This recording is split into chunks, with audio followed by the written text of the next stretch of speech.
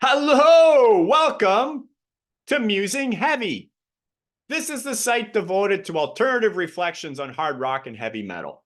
My name is Stephen Meyer, and this is part 2 of my YouTube series entitled Punk Attitudes and Heavy Music. And I guess the essence of this series is I'm trying to decipher the difference between punk in attitude versus punk in style.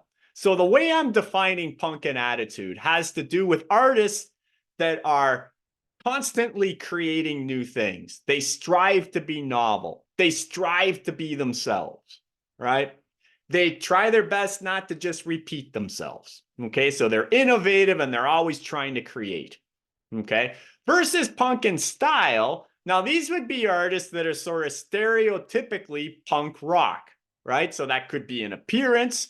A punkin stylist would be someone who, the spiky hair, the tight jeans, the leather jackets, the ripped clothes, the safety pins, all that sort of stuff, right? Or musically, a punk stylist conforms to the stereotypical punk sound, simple songs, simple bar chord blasts, shouty kind of choruses, anti-establishment lyrics, and the like. Okay. And so in the first part of the series, we're having a look at some foundational seminal punk bands, or some might argue maybe the three most important punk bands of all time, the Sex Pistols, the Ramones, and the Clash. In part one, I covered the Sex Pistols. And a big part of what I did in part one is I contrasted two of the scene's maybe most important figureheads, Johnny Rotten and Sid Vicious. And I came to the conclusion that Johnny Rotten was perhaps the epitome, Johnny Rotten, Johnny Lydon, was perhaps the epitome of punk and attitude especially, but also punk and style. Johnny Rotten, Johnny Lydon never stopped reinventing himself throughout his career, his brief time with the Pistols, and especially with his subsequent band, Public Image Limited, right? Creative, novel all the time, right? Whereas Sid Vicious was not punk in attitude at all. He was a pure stylist, okay? So I sort of talk about that in the first part. In the second part, then we're going to look at the two other bands I mentioned, the Ramones and the Clash, and we're going to kind of contrast how punk in attitude versus punk in style are these two foundational groups. All right, let's dig in. So I'll share my screen. You can follow along. And if you just want to read the essay in its entirety, links are below. Also, I provide links to my website that you can check out. I've done a number of series on different aspects of heavy music. You might find some of that interesting as well. Okay. So the Ramones, diminishing returns, and that's sort of what you'll sort of see what I mean by that overall theme about the Ramones as we go through this. All right, wee little background here. There is much dispute over the true origins of punk rock and who influenced whom. So this could go forever. There's a ton of books written on this. A lot I've read, most of them really interesting. But there's really no consensus. So, I guess I'm giving my take on this to some degree. One of many takes you could find. Okay, so if we look at the Ramones' first album, which was released in 1976. It was indeed put out a few months before the Sex Pistols got going. But it's debatable how much of the New York scene was being absorbed in the UK at the time. So some publications will say the Sex Pistols were influenced by the Ramones, right? Others will say not very much. I'm not convinced that there's a huge influence there, but some might tell you otherwise. So I just thought I'd throw that out there.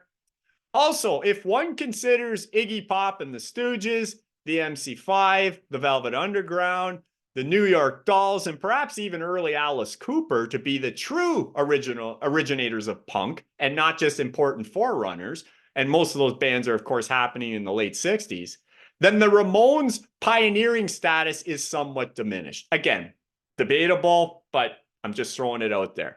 But what I think is indisputable is that the punkin style and punkin attitude, bubblegum meets garage rock, that the Ramones ushered into the mid and late 1970s, with the same sort of thing happening in the UK at the time too. All of this cleansed rock music of its excesses for many music followers, right? So, for example, groups that had strong prog rock leanings, King Crimson, Yes, Emerson, Lake and Palmer, Pink Floyd, Jethro Tull, on it goes, right? Or those bands that tended to do a lot of jamming, so like the Grateful Dead, the Allman Brothers, Leonard Skinner, Zeppelin, etc. These bands were deemed by the punkers as pretentious, elitist, overly serious, and just frankly boring. All right. Now, again, there lots of fans of these bands remained, right? But there's no doubt at the time that prevailing musical interest shifted seismically towards the far humbler, anyone can play punk rock of the day, right? And again, I would say, and a lot of people have written about this as well, a similar situation occurred in the 1990s with the Only Music Matters Seattle grunge movement, led by bands such as Nirvana, Soundgarden, Pearl Jam, Alice in Chains, and others. There were lots of them. These bands made cute hair metal and other MTV fodder seem out of touch and irrelevant, at least for a time, right? So all of this, I think, is probably quite true. But at any rate, the Ramones were the epitome of simple, right? The songs were short, very melodic, often humorous, always fun, and deliberately lacking in any showy musicianship, right? And that was the beauty of the Ramones. They did simple better than probably anybody, right? Now, even if Iggy Pop is the true godfather or father of punk, no matter how you want to look at it, there's no doubt the Ramones added something fresh and creative, i.e. punk and attitude, at least early in their career, which I'll get to, and had a strongly identifiable image of black leather jackets, tight ripped jeans, and sneakers that later became very popularized as well. Other bands started picking up on this look as well, i.e. punk and style. So here's a quick look at the Ramones. And it's there's lots of pictures of the Ramones. I'm only going to show you two because they all kind of look the same. The Ramones look never really changed. Here they are at the time of their first, or roughly around the time of their first album, right? So again, the ripped jeans, the leather jackets, the sneakers, all that sort of stuff going on. They all wore it, basically a uniform.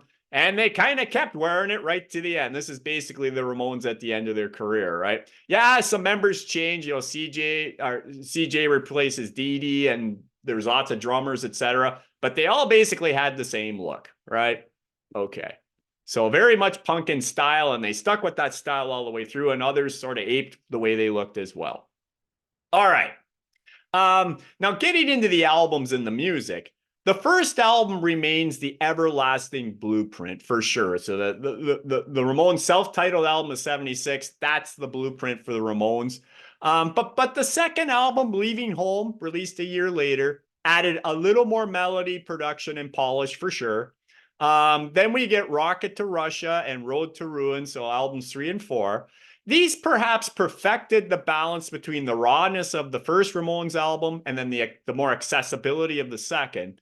Yet, make no mistake, the basic approach of these 4 seminal albums are unchanged. Yeah, they're progressing to a point, but basically that blueprint is there and really stamped hard into all those albums. More deliberate stabs at mainstream audiences occur with the next cluster of albums. So End of the Century, Pleasant Dreams, and Subterranean Jungle. But fundamentally, the formula stays intact, aside from adding some keyboards and synthesizer embellishments, which some think added, some didn't like very much. But in truth, the Ramones were always a pop band at heart. So a periodic sweetening of their sound never seemed to be that much of a stretch. So you could look at, and I'll summarize this in a second, sort of the main eras of the Ramones, but you could compare the albums where they maybe were trying to become a little more commercial to their first couple. And yeah, there are some differences there, but the basic blueprint of the Ramones doesn't vary that much, right? And then the Ramones, there's a return to the tougher vibes, basically illustrated best probably from the first couple albums. So we get Too Tough to Die in 1984, right through to their swan song, Adios Amigos of 1995. And there's a bunch of really good albums in between, right? But arguably, there's no musical growth in any of those albums, right? And it really didn't seem to matter what the Ramones did. Swapping bass players when CJ replaces Dee Dee from Mondo Bizarro forward, all kinds of different drummers. None of this had any real tangible impact. In fact, Joey's voice and Johnny's guitar were so deep rooted into the Ramones sound and the band's objectives so entrenched that lineup modifications, producer switches, and just the mere passage of time through 13 studio albums could never significantly change any outcome with respect to the Ramones. So what does this all mean? As a result, I consider the Ramones to be unwavering punk stylists, but diminishing punk in attitude purveyors as time went on, right? There's no arguing the monumental importance and creative impact of the Ramones' first 4 albums, right? These have remained a launching pad for countless other punk, hardcore, and even some metal bands to mine for decades to come, right? In fact, you could even go further. I'm not sure I'd go this far, but I understand the argument. You could argue that given the Ramones' consistency, they said all that was needed to say after album 1, right? Like once you've heard the first Ramones album, maybe that's all you need to hear, right? I wouldn't go that far, but you could, I guess. But certainly by the mid 1980s and henceforth, the Ramones were less an innovative force and more a repetitive rock machine, cranking out largely the same product year after year. I'm not saying they're bad albums, but they're kind of they just keep giving you the same stuff, basically. Now, personally, I still regularly make time for Animal Boy or Brain Drain or the last album, Adios Amigos. They went out on top in a lot of ways. Or really anything in their catalog. And I'd also add they have a few really good live albums too.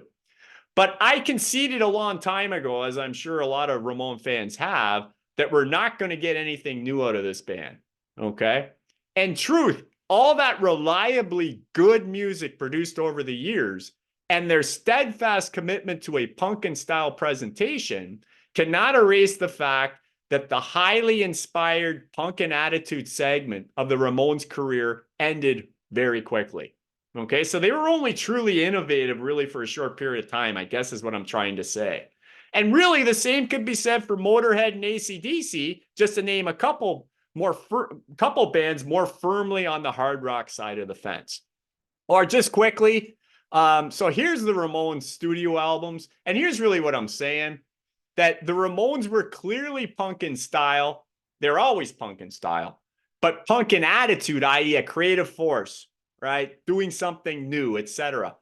Punk in attitude for their first 4 albums, or like I say, you could even distill this down even just to their first album if you like, right? But I would say the first 4 albums certainly qualify.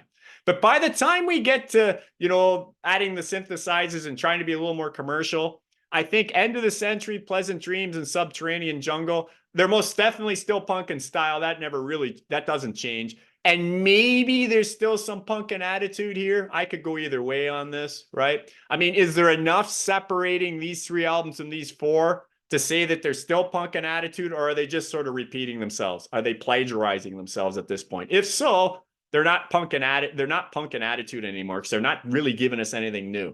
But they're certainly still punk in style. But I don't think it's any question by the time we get to Too Tough to Die and forward, they're only punk in style. They are no longer an innovative force, and they're not punk in attitude at all here, right? And again, I'm not saying these are bad albums. I like them all, actually, but we're getting zero new here at this point, right? Okay, so that's what I'm saying about the Ramones. How about the Clash? All right, how can we compare the Clash to the situation with the Ramones and even a little bit with the Pistols and Johnny Lydon? I'll mention that as well here too. So were the Clash sellouts or the essence of punk? So the reason I'm kind of titling that is, I mean, the Clash at one point were one of the most successful bands on the planet, whether you want to call them punk or whatever. The Clash were like just huge commercially, right? And so I'm sure, and there were lots of hardcore punkers, hard rockers, whatever, who basically said, well, they're selling out, right? They're selling out to the masses, right? I guess you could make that argument if you choose. Or were the Clash really the essence of what punk is all about? Now, spoiler alert, I lean much more to the latter, and I'll try to tell you why here. All right. So the Clash. They were definitely early to the emerging UK punk rock scene for sure, but not as early as the Pistols. So they formed a few months after the Pistols and about a year out from the Ramones, what the Ramones were doing in New York as well, right? So they were early, but not necessarily ground floor. There were a few other bands that were earlier in the Clash as well, The Damned and a few others. But the importance of the Clash is hardly in dispute, even if a few songs from their first self-titled album put out in 1977 and clothing choices take cues from the Pistols and the general punk fashions of the day. Johnny Lydon always used to, I don't know if he was 100% serious, but he always said the Clash always copied everything he did. I don't know. Well, Johnny will tend to be, he sometimes exaggerates, but maybe he's got a point. I'm not sure.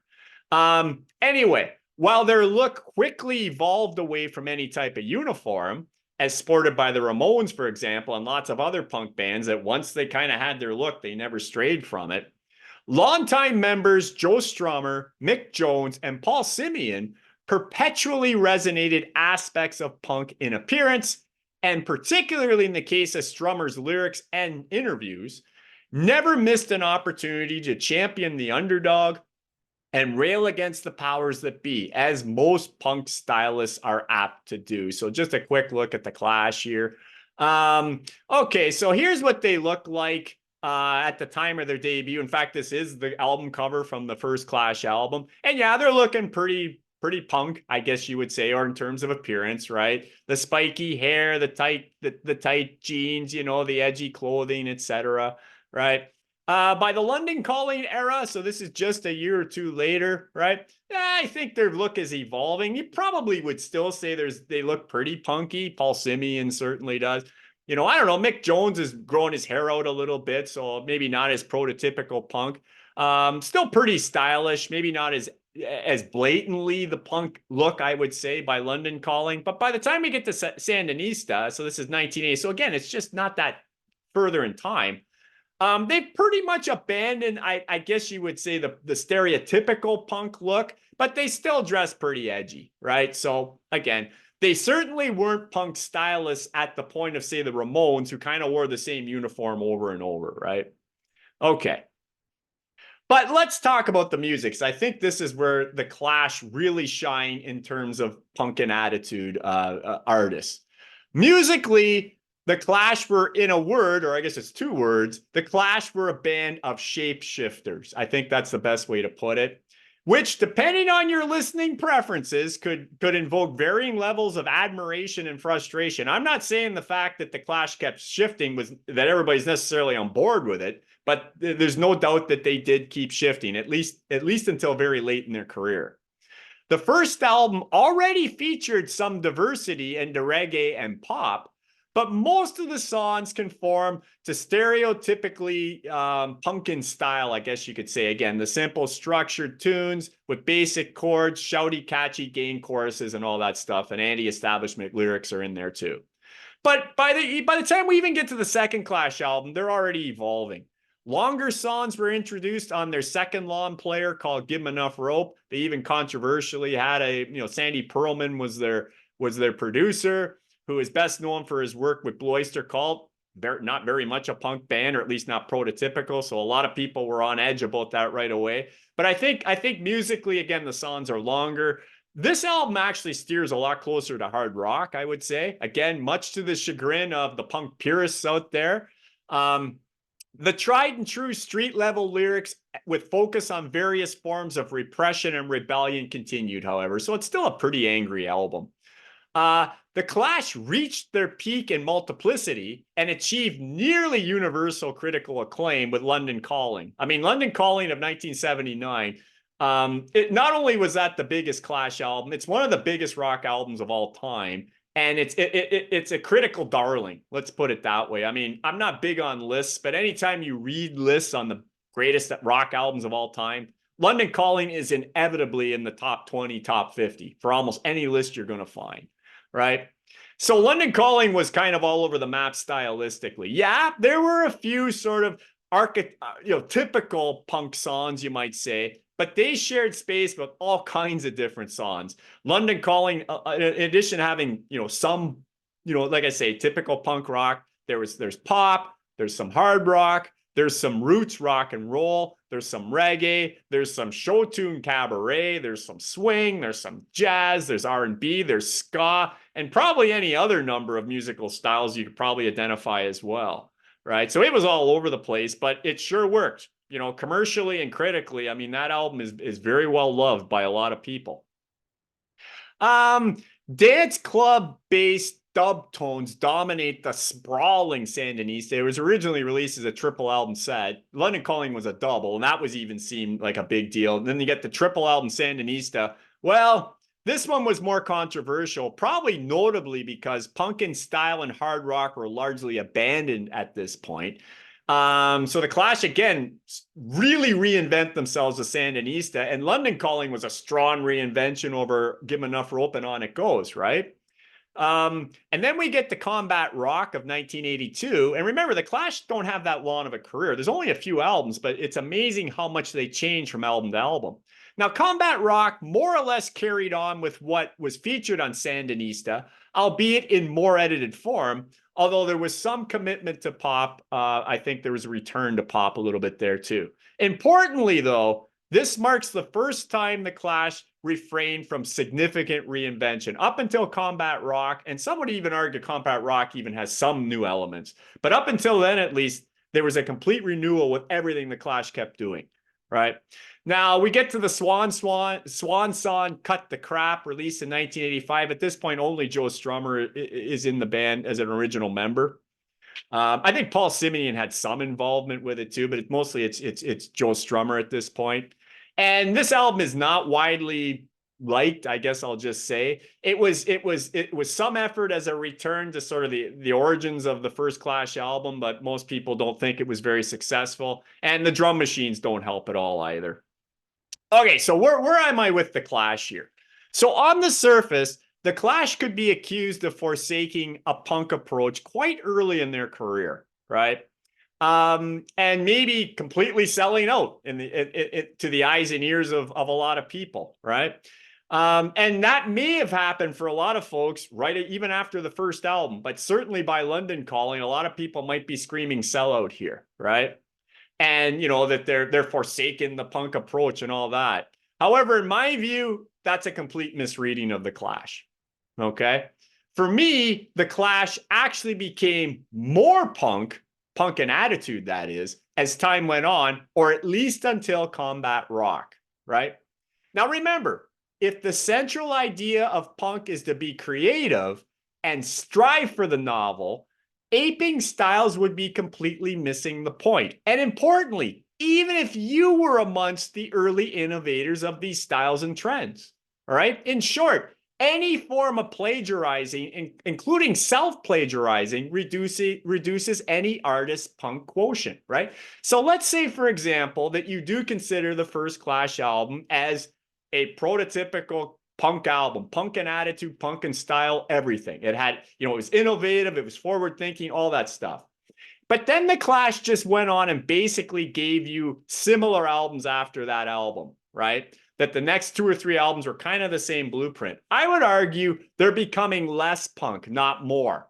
A lot of punk peers say, oh, they're staying punk. Well, in style, perhaps, but in attitude, they're eroding, right? They're not giving you anything new, right? They're not being as creative and all that stuff, right? So the point I'm making here is, therefore, the fact that the Clash rarely repeated their musical output makes them very punk. Even if angry, simple songs, merely punk in style once this form was established, left their musical vocabulary soon after the first album. All right? So given the massive success of London Calling and their unwillingness to just reprise this winning formula, demonstrates that the Clash put artistic exploration way above commercial success. Okay, and I think you've got to give them a lot of credit for that. Now, there's no question that many fans had problems with London Calling material, and I'm one of them. I'm not a big fan of Sandinista or Combat Rock, right? I don't really like those albums that much at all. Whereas I love the first three Clash albums. However, I give the Clash a ton of credit for releasing Sandinista because they just kept exploring, right? They never stopped their creative drive. And even if that means I'm not on board all the time as a fan, I give them tons of credit for doing that. But that's my take. Some people that bothers them. Once a band stumbles on a formula, there are certain fans that just want them to keep repeating that. And that's fine. And I'm not saying that they're bad albums, but they're not punk in attitude at all, as far as I'm concerned. All right. So again, as I said, lots of people don't like what the Clash did after London Calling, yet this does not erase the reality that taking enormous musical risks was a very punk thing to do, right? Incidentally, the Clash's strong adherence to the essence of punk and attitude, that is strongly in line with what Johnny Lydon always did and what he always preached, right? And it's really quite the opposite of the Ramones' eventual path, right? So anyway, that's how I see those three seminal punk bands. Two of them being very punk in attitude, and one, the Ramones, being punk in attitude only early in their career. That's sort of how I see it. So we're going to continue in this series, but I'm going to go beyond the prototypical punk band, and I'm going to contrast this, or I'm going to sort of bring this idea of punk in attitude into artists that are decidedly not that punk, or at least not in the eyes of most people. We're going to look at, I'm going to make the argument in the next part. We're going to look at Ted Nugent, a very controversial artist for a lot of people.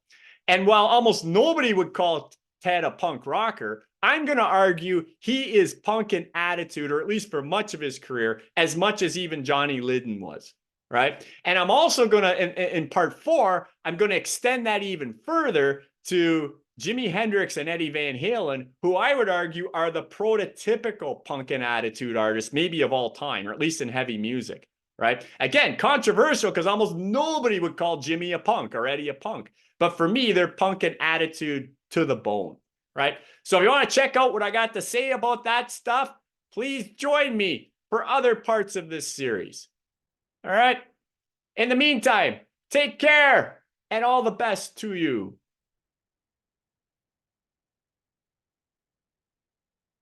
I'm done now.